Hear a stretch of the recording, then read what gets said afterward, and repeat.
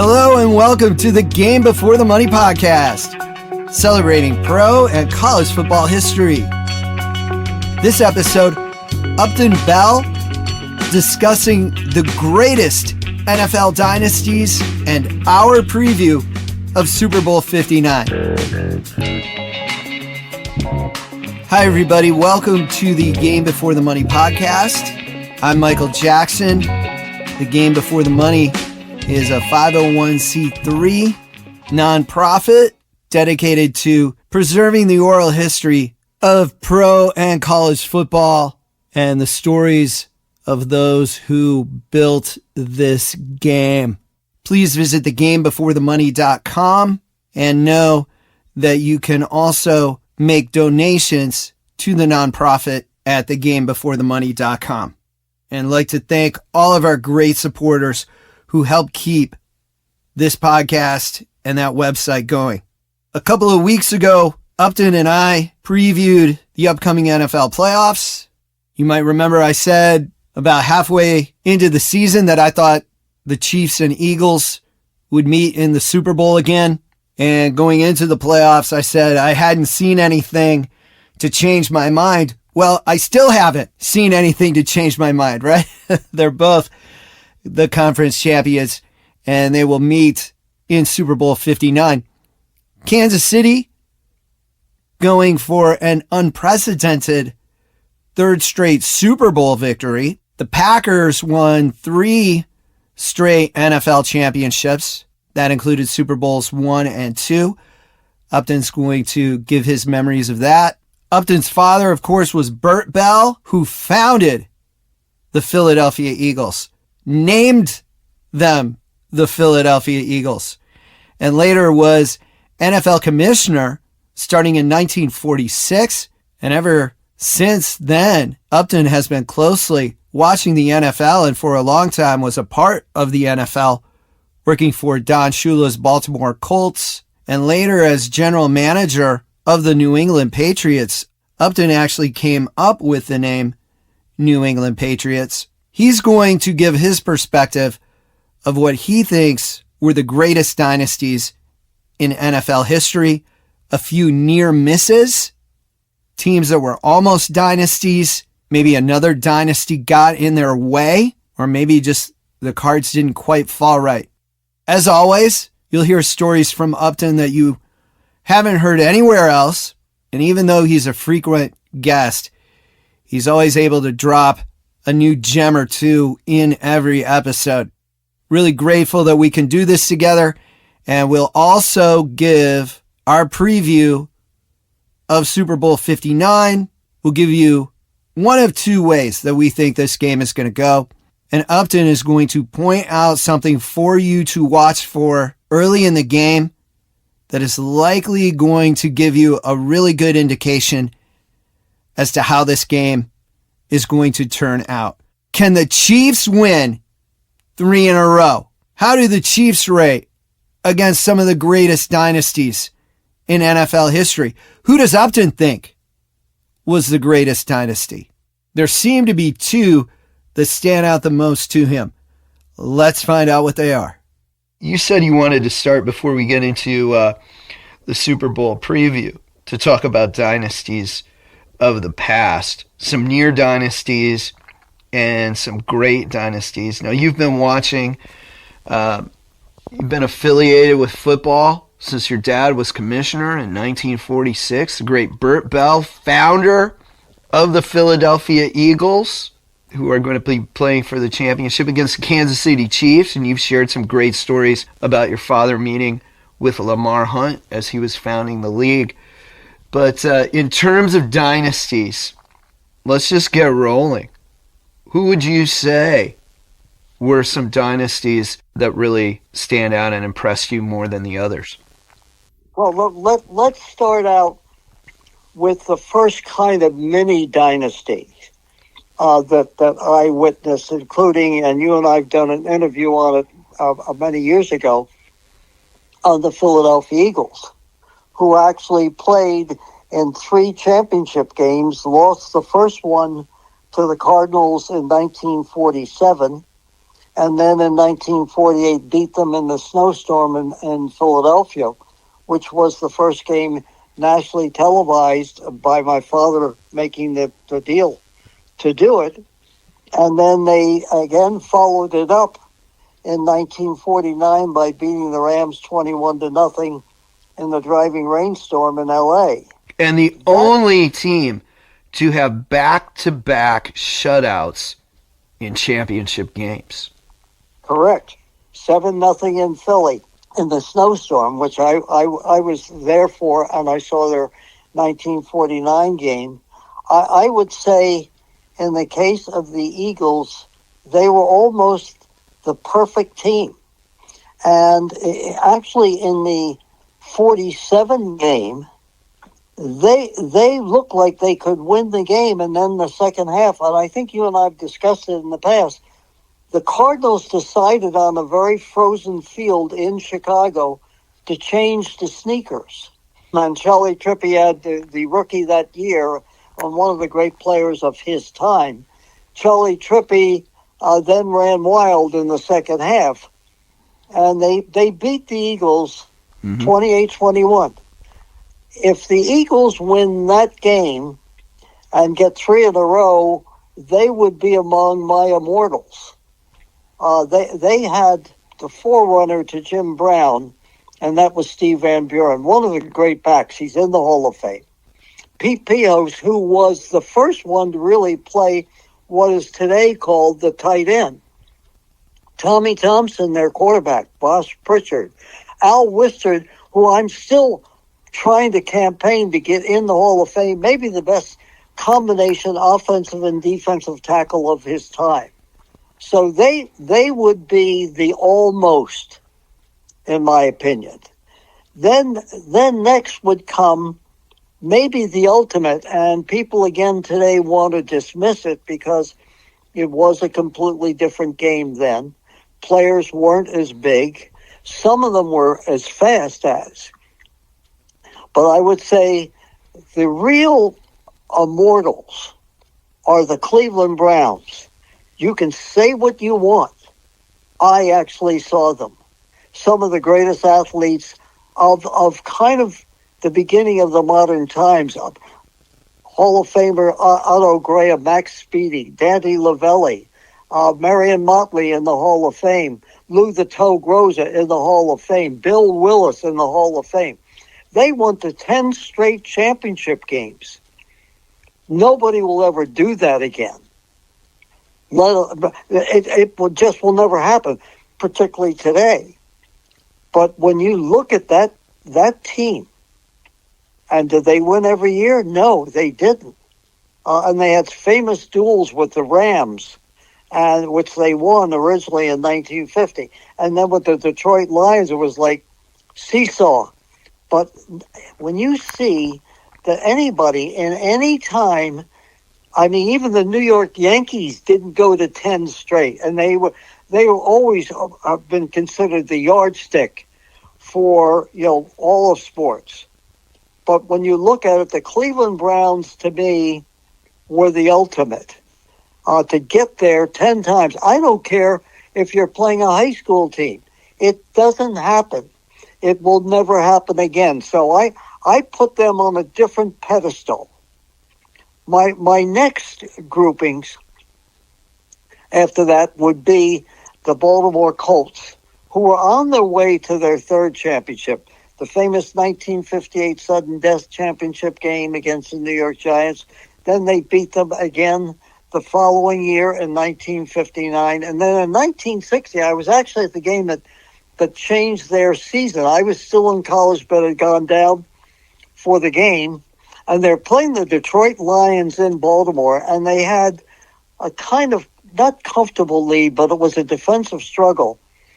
And they finally scored with maybe a minute or less in the game, and they actually put Lenny Moore in to play defense deep just to protect on the deep pass. And what happened was the Lions threw almost like a screen pass or thing to their tight end, and he went down and scored, and they upset the Colts. And from then on in, with injuries and everything else like that, their season fell apart, and it gave the Packers a chance to sneak in. And then the Packers played the Eagles in the 1960 championship game. If they weren't injured, and that one game that they lost, in those days, as we know, there were no playoffs. There wasn't the soft taffy that we have today.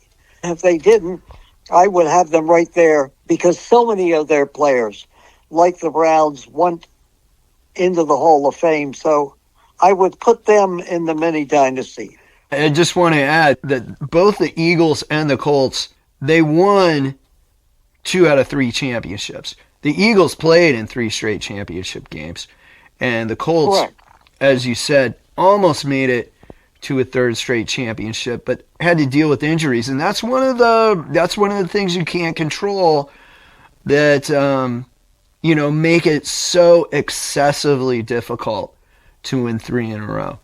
Well, it's not only that, even to get to 1. I mean, we look at today, and I know we're jumping back and forth a little bit. We look at today, and the players are bigger, stronger, quicker, faster. But football is one of the few sports. I mean, you can get injured in any sport, baseball, basketball, particularly hockey. But football, one blow to your quarterback, one wrong cut, and an Achilles goes. There are many reasons why I think it's the ultimate sport. But injury is the major factor in football, even in training camp. I mean, you've seen players get Achilles or their knees go, or even in practice. So basically, that has always been kind of the marker for teams that, even then, when they were only playing 12, then later on 14, and then 16 now we're going to get 18 games, is that it's always been a factor. And if you lose a couple of key players, then remember, rosters then were only 40 players per roster. Now you might as well have 100. But those Colts, if they had done it, would have been one of the greats in the dynasty. Now we get into the 60s, and the Packers won 5 out of 7 and won 2 Super Bowls in a row. And then after that, Lombardi retired, at least for the time being. And again, we came back in 68 and then blew the Super Bowl to Joe Namath, which nobody will let us forget. Meaning the Colts. I mean, Namath is still living on that one game today. But when you look at, and the reason that I was an eyewitness to it, of course, during the 60s, I worked for the Colts, is that if you look at it, the Packers did win 5 out of 7. They did win 3 championships in a row, but it wasn't a Super Bowl era. So they could claim that they did do that. But every year, it was a dogfight between the Colts and the Packers. And, of course, the most famous game was the sudden death game that we lost in 1965 to the Packers, that we lost because the official missed a missed field goal by Don Chandler, or we would be in the championship game playing the Browns, and we probably would have won it. And that would have been a rematch of the previous season, the Browns and Colts. Yep. So the Packers were dominant. Lombardi was Lombardi and Shula every year, but it was, in my opinion, not the real dominance that you would see later on. Now, you mentioned that, the Packers won the first 2 Super Bowls, and the year before, the 1965 season, when the Packers beat the Browns on a muddy Lambeau Field for the NFL championship, the Buffalo Bills had won their 2nd straight AFL championship that season. How much do you remember of the Bills, and how do you think that Bills team might have done against the Packers in a hypothetical Super Bowl I? Well, I would say the Bills were very, very dominant at that time. But if I were to pick one team that I thought was really talented in the AFL, it would be the Kansas City Chiefs. They lost at that first Super Bowl to the Packers. And if you remember, it was close at halftime. What was it, 10-7? 14-10. 13-10. 14. And then 14-10. And 14-10, and then Max McGee got hot, and everything fell apart in the second half. Yeah, Willie Wood made a huge interception. He did, but look at that. When you look at those Kansas City Chiefs of that era, they were in the first Super Bowl. Then they came back in '69. They came back and they beat, I would say, the score maybe didn't indicate it, but they beat the Vikings pretty badly. It was 23-7. They controlled the game, no question. Absolutely. So if I look at the Buffalo Bills of that period, and then I look at the Kansas City Chiefs, and I'm not surprised again today they are where they are. That to me was the most talented team in the AFL before the merger, and even afterwards. When I came here to the Patriots as the general manager in 1971, I said, they are still loaded. They still have the people.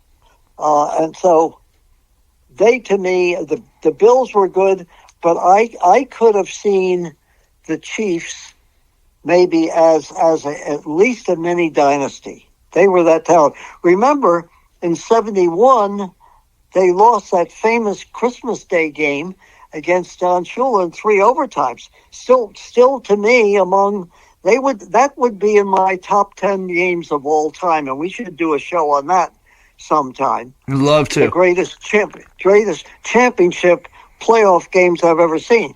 That on Christmas Day, I never opened a gift or ate a dinner. All I could do is watch that game, and actually, after the game was over, next morning I called Shula. I said, I never thought I'd live to see a game as great as that.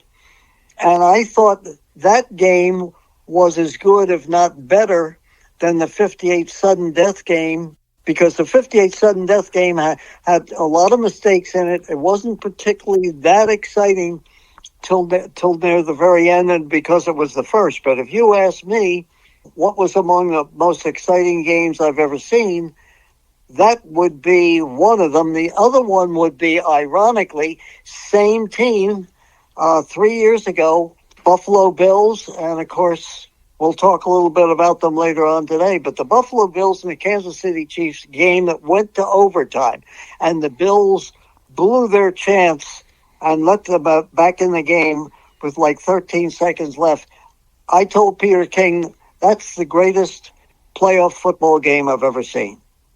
So we're back to the Chiefs again when we look at different things. But now let's go back to what I think was probably, I'm just talking talent-wise, again, we're talking about the 70s.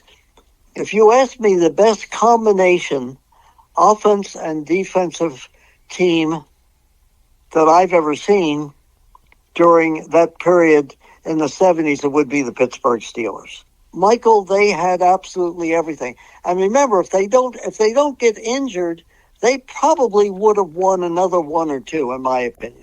Well, the Steeler fans always like to point out that a number of their star players missed the 1976 AFC Championship game that the Raiders won.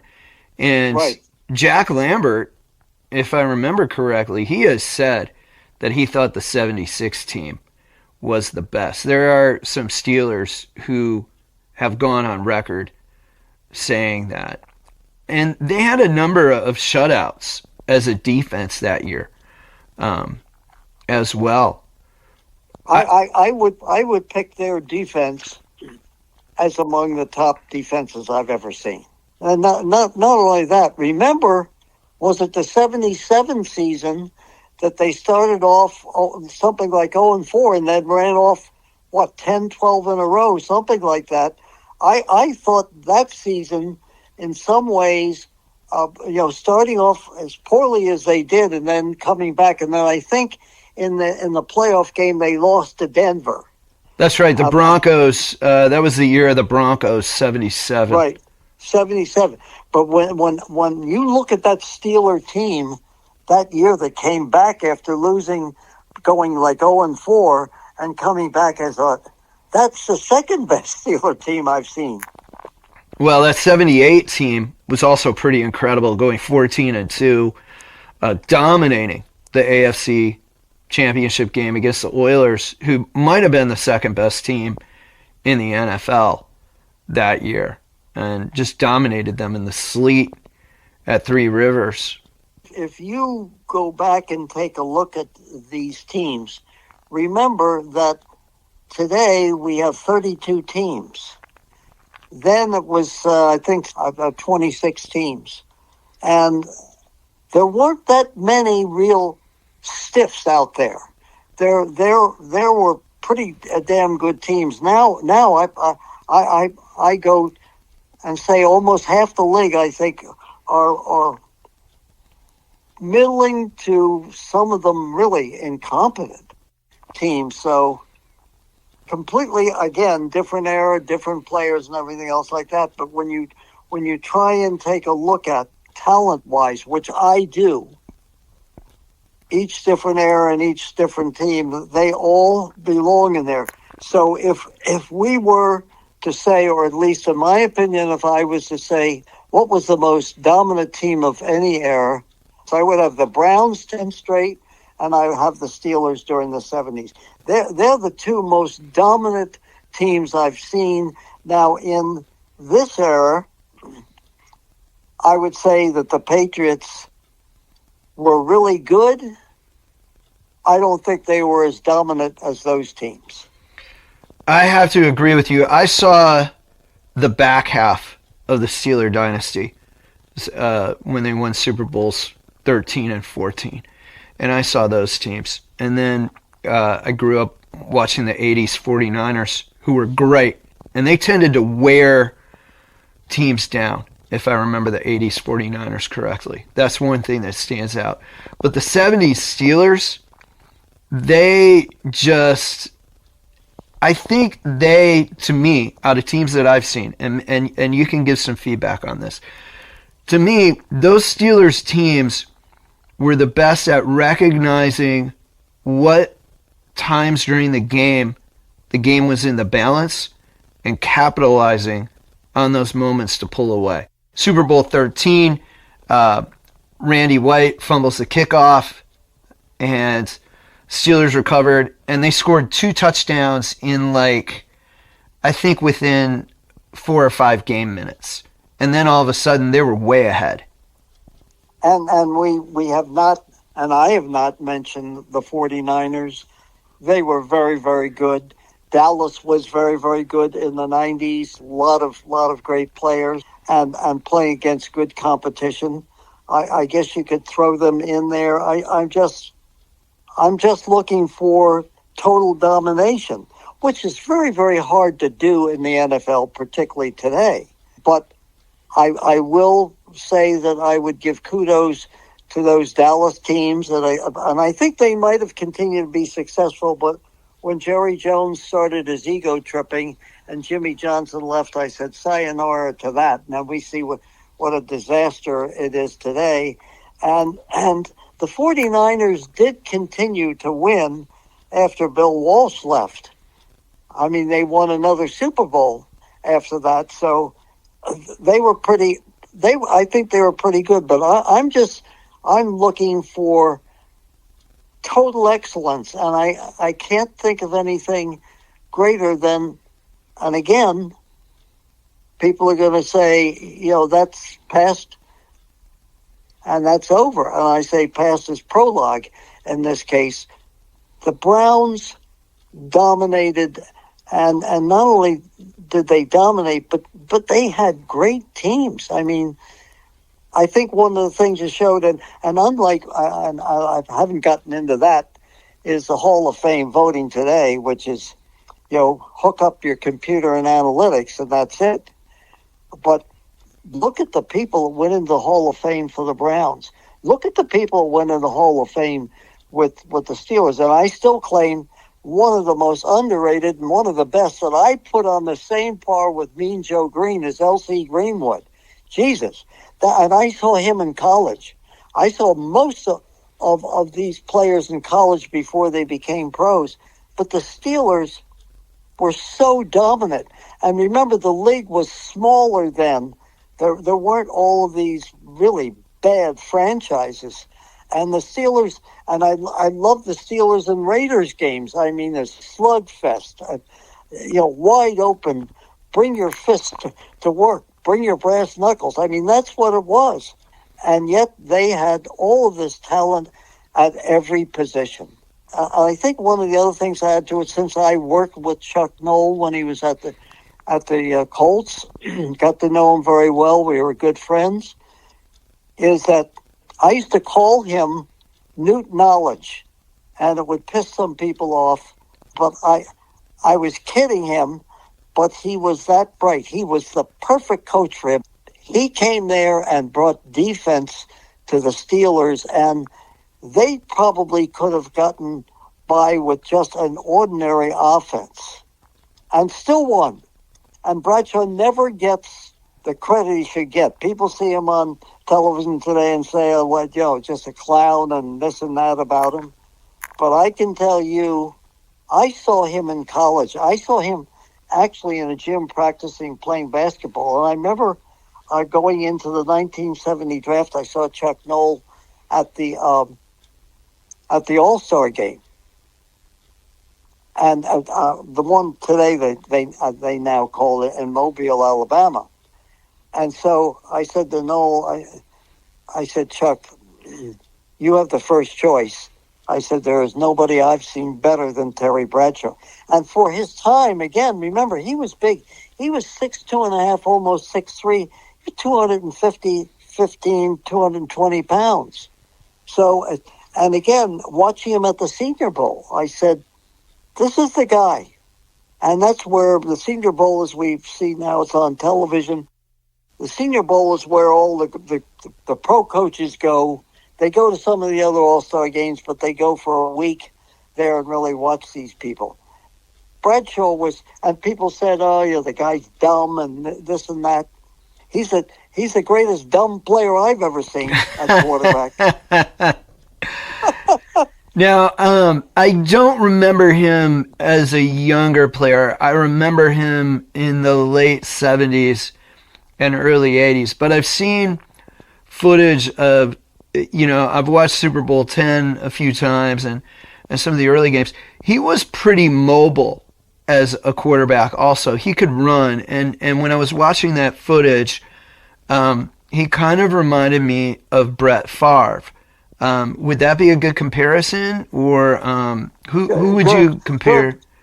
Well, good. I think today, who he would remind me of is basically because he was always a good runner. He was a good runner in college, and unlike today where they design runs for the quarterback, if they design runs for him, he would remind me more of Allen of Buffalo. Because he was that big then, again, compared to 250 pounds today. But when you're 220 and you're as big, he was big with big bones and great legs and everything. If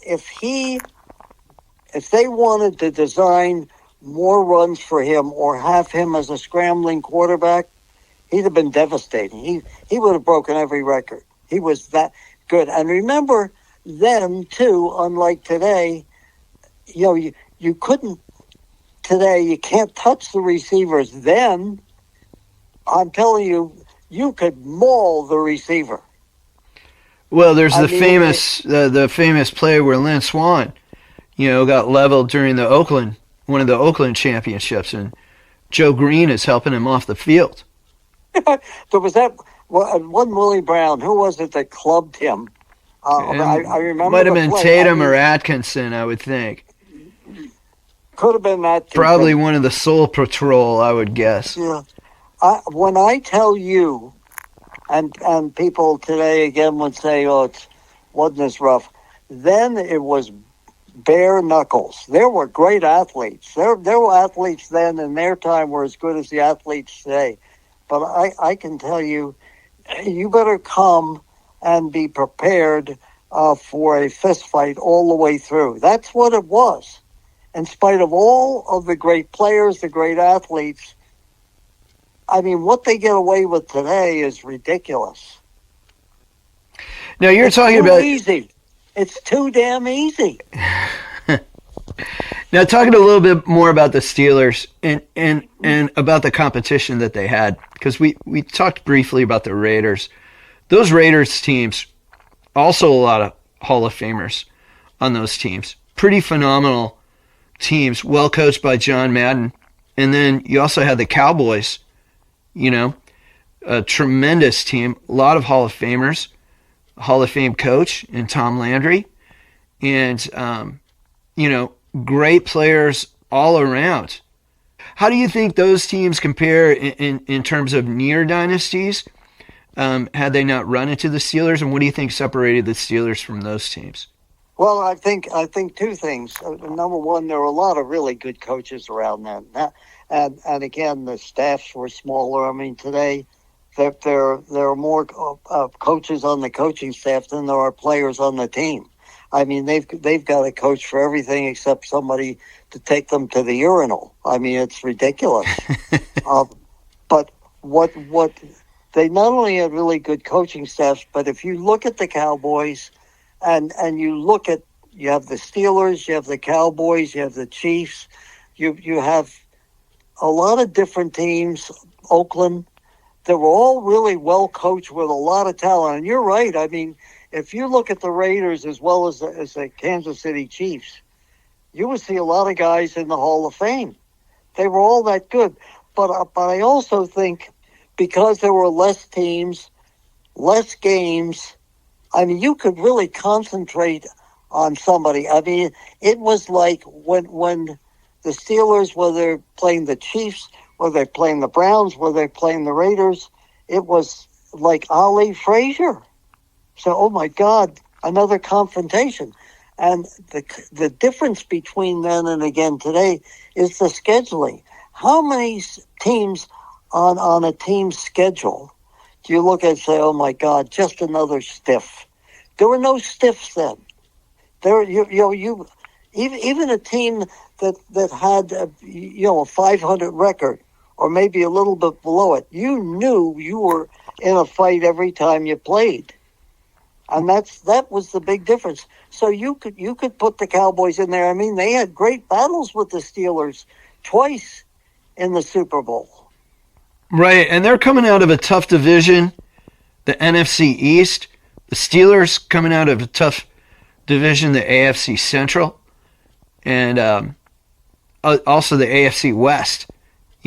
For the Raiders and Chiefs. I mean, these were full-on divisions, especially after the Seahawks started to gain some strength. And again, another, I wouldn't call it a mini dynasty, because they never won a Super Bowl. But how about the Houston Oilers with Pastorini and company?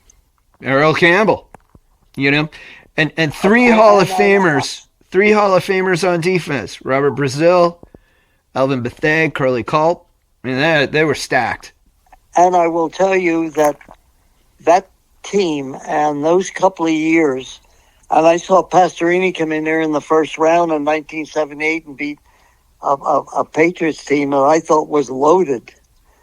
But Earl Campbell, I remember telling people, I thought at the time he was, in a little bit different way, the closest thing I'd seen since Jimmy Brown. He was amazing.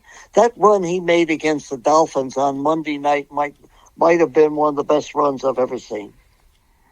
Yeah, and I've talked to Pastorini about that, and I guess if I'm remembering it correctly, Bum Phillips told him, hand the ball off to Earl and let's try to run out the clock. And Dan said he pitched it to Campbell, and then he's watching him run 80 yards, and he comes to the sideline, puts his arms in the air, and goes to the Bum. He's like, well, I guess, how's that for running out the clock? You know? Well, that's the thing when you see, because he was really big at 230 pounds, but what people didn't realize, because he was such a battering ram, is that guy really had. I remember putting in a scouting report about him and saying that don't be fooled because he has real speed, and he did. He could run away from people. Just the way they used him was different. But again, we keep looking at the 60s and 70s, 80s, 90s. I mean, there were so many good teams. And let's look at it today quickly before we get into now our predictions, is how many teams, we've named all these different teams. We've named the Cowboys. We've named the 49ers. We forget the Rams for a while. We have the Cleveland Browns. We have the Pittsburgh Steelers, the Philadelphia Eagles. I mean, each one of those in different eras. But you tell me today, I mean, the Chiefs, it's amazing what they've done, 17-1, and by miracle, by whatever you name it, they don't appear to be great, except that they have the great quarterback. But how many teams can you name today that you think would be in the grouping that we just finished talking about for almost an hour? Any teams can you think of today that you think are in that era, other than the Chiefs the last 2 or 3 years? But what team would you put in the category that we just finished talking about for an hour? Yeah, and we didn't even get to the Vikings during that time. It's really tough. You know, Buffalo has come close to getting the Super Bowl, but the fact is, you know, they haven't had the running game to close games out. And, you know, they've had significant weaknesses. The difference is, you know, even those Oiler teams that never made the Super Bowl because they kept running into the Steelers, that was a complete football team. Offense, defense, special teams, Billy Whiteshoes, Johnson on special teams. Those were complete football teams. Pretty much every team has a glaring weakness now. At least one. And I think that's one significant difference. I think two, you know, guys like Chuck Noll, Tom Landry, and we've been texting about this during games, they're not going to take points off the scoreboard to go for two. They're not going to go for it on fourth down. Right. They're going to play field position. Dumbest thing I've seen. I scream at the set every time. I remember Paul Brown once saying, and he is, to me, number one in my book on my list of the greatest coaches of all time. Paul Brown, I used to hear him talk about it at practice because, of course, he had Lou the Toe Groza there. Paul Brown said to Graham, you get over the 50, you get in any range at all, forget fourth down, we're kicking the field goal. We're kicking the extra point. Of course, it wasn't a 2-point conversion then. But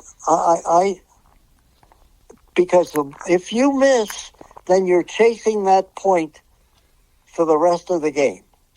And we have seen, I don't know how many dumb things we have seen in the last 3 or 4 weeks.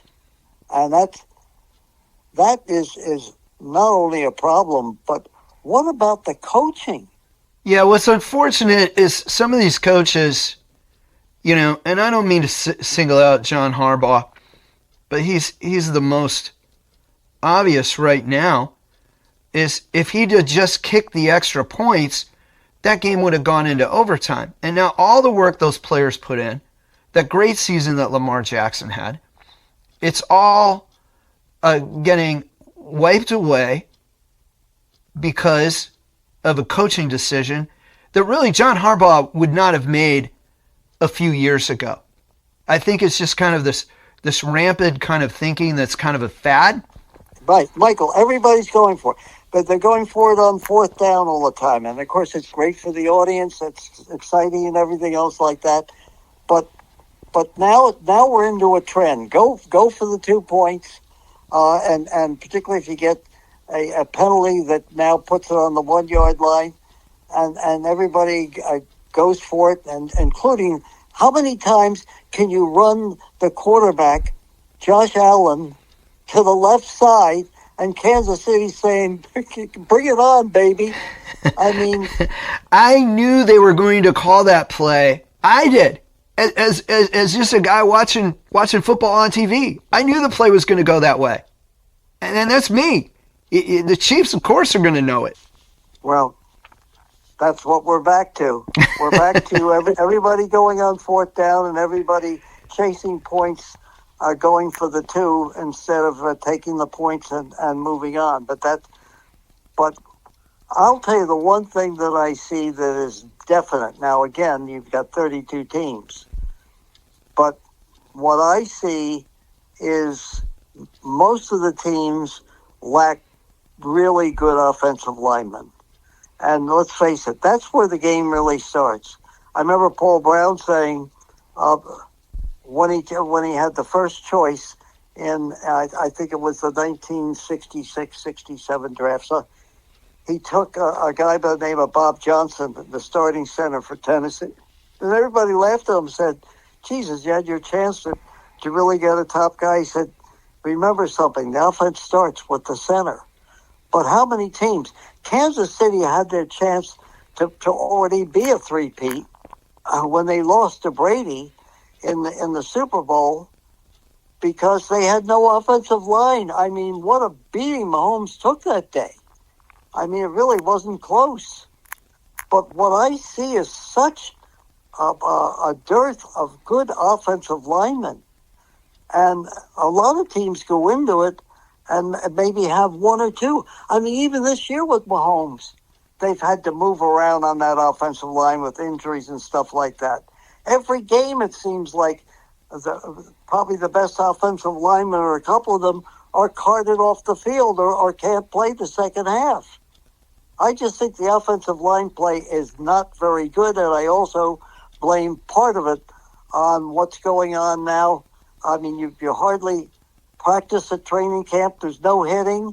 You limit the days you can even put pads on. No wonder you can't play.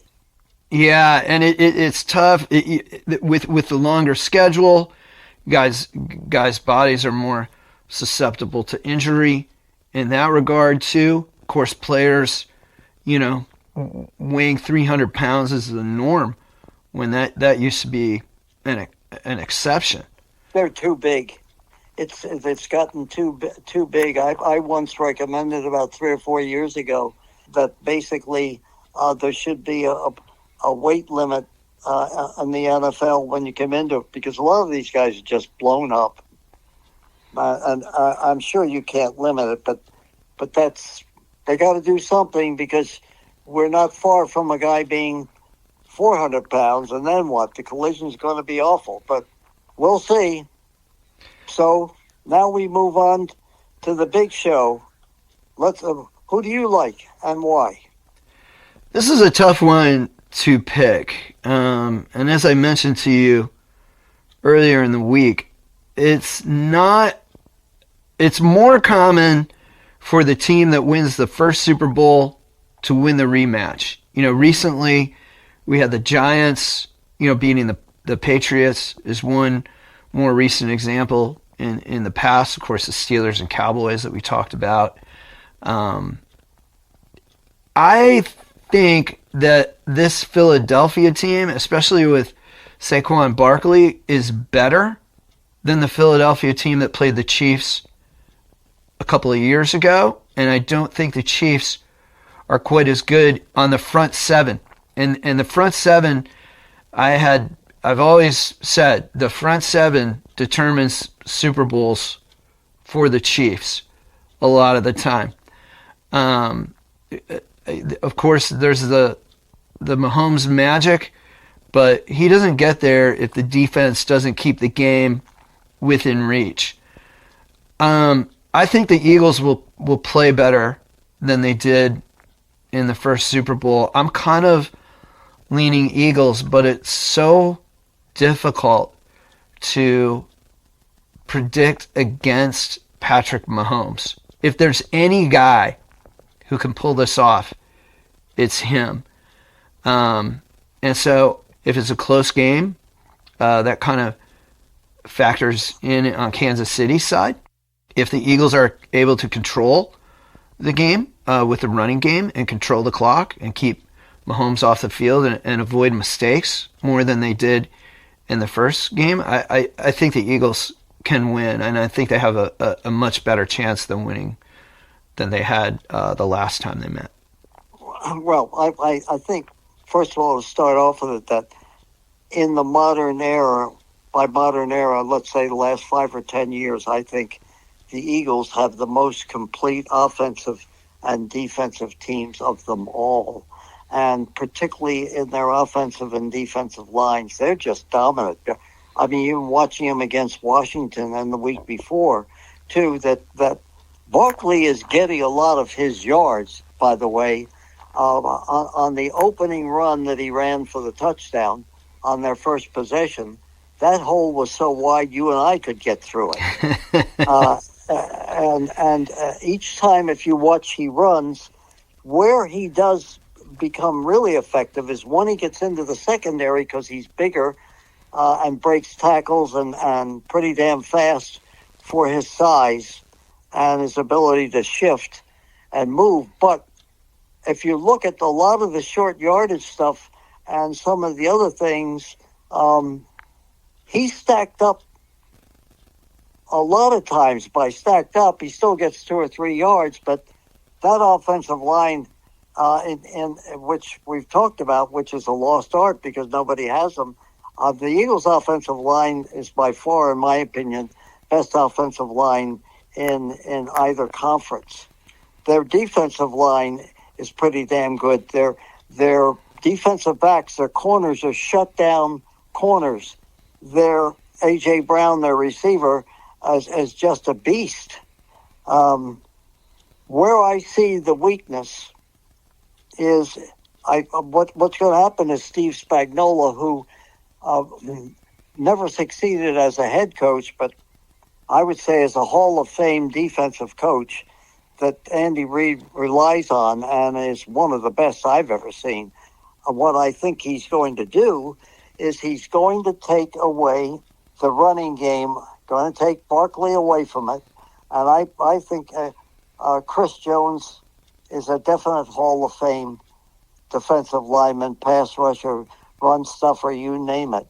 And so I think what he's going to do is take away the run, stop Barkley, and force Hurts to throw.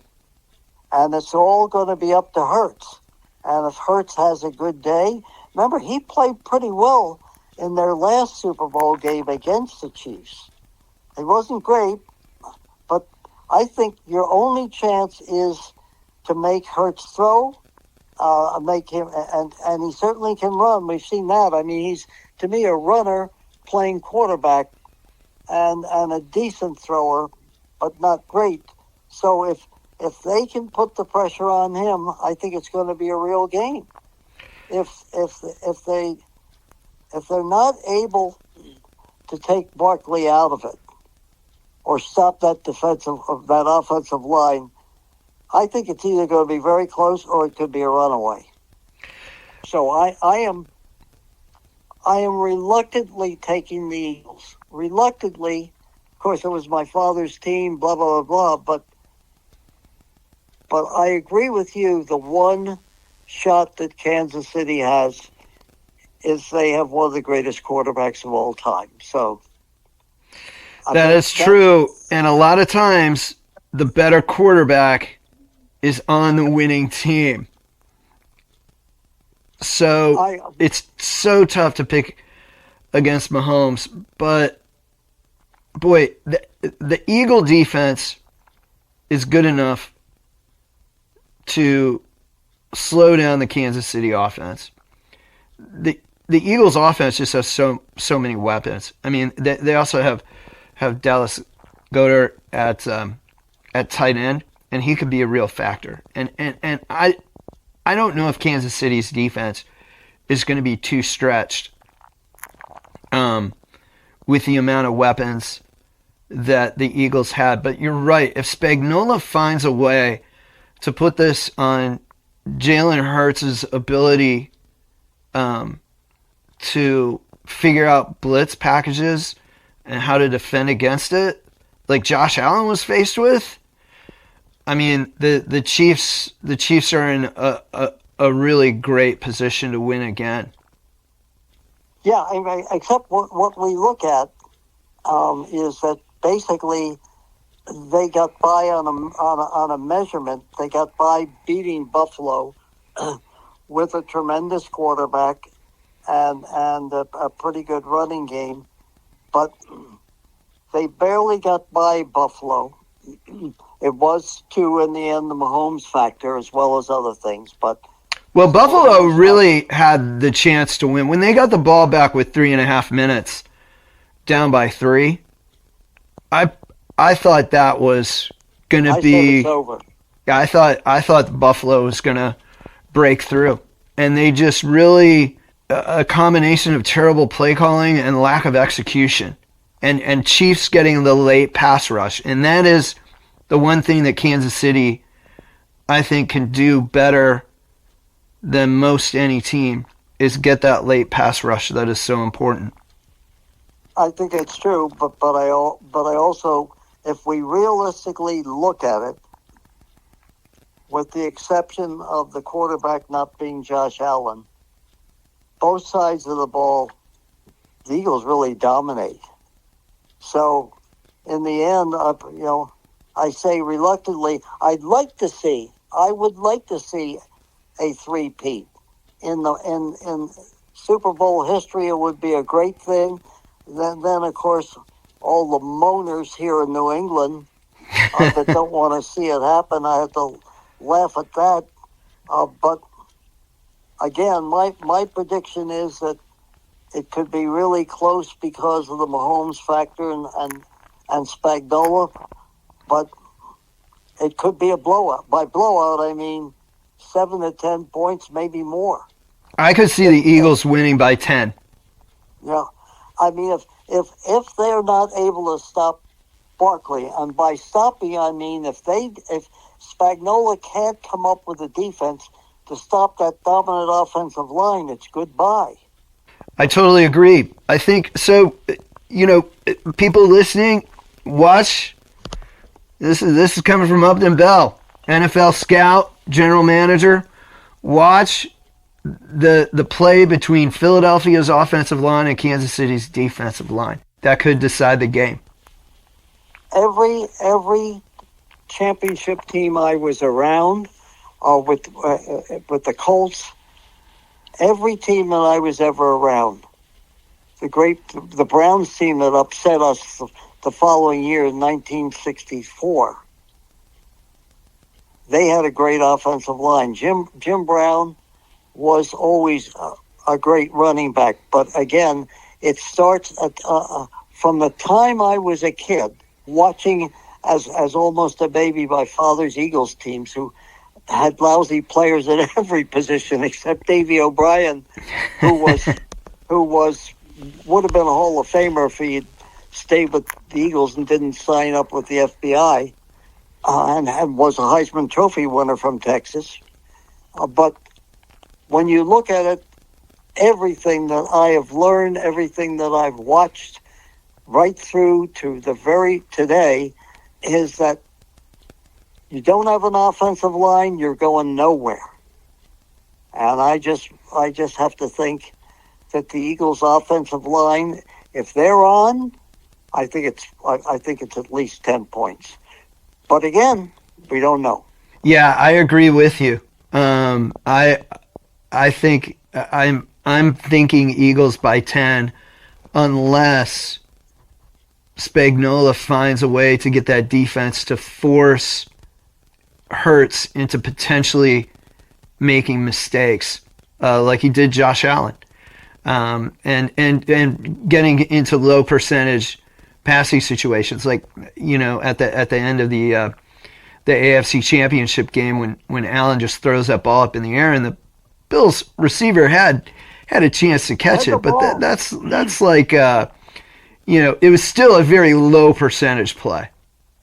That's what I like about football, unlike any other sport.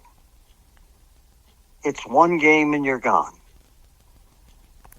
And that's what separates it to me from everything else. No best out of 3 or out of 5 or what. And look at all the other sports. I mean, I know that the NFL has added, that all they can think about is the money, but they've added layer after layer of playoffs. Now only one team gets a bye. More teams get in the playoffs, and most of them stink. But the one thing that saves football over all of them is it's one game. You and I can give our opinions till hell freezes over, but it gets down to one game, and who's going to be that person that day. And I can always remember, and I'll end my opinion with this. 1968, we're like 18-point favorites to beat the Jets in the Super Bowl, and we're on the bus riding over to the game. And Earl Morrall's had this wonderful year when Unitas got hurt, that he came on, and we actually shut out the Cleveland Browns in the championship game. And we're on the bus, and Earl Morrall somewhere on the bus, and Jimmy Orr sitting next to me or right near me. And he says to Alex Hawkins, he said, "Senor," he said, "I hope Earl doesn't wake up today." What was more prophetic is he awakened and went back to the Earl Morrall he was. And what happened? We lost the game. You want to keep living the magic. Head in the clouds. All right, Upton. Well, this was great. And, we'll be watching for that line play definitely during the game. That's the key. Forget all the other stuff. For people that are listening to this show, just if you look at the offensive and defensive lines, you're going to be able to tell pretty early what's going to go on here.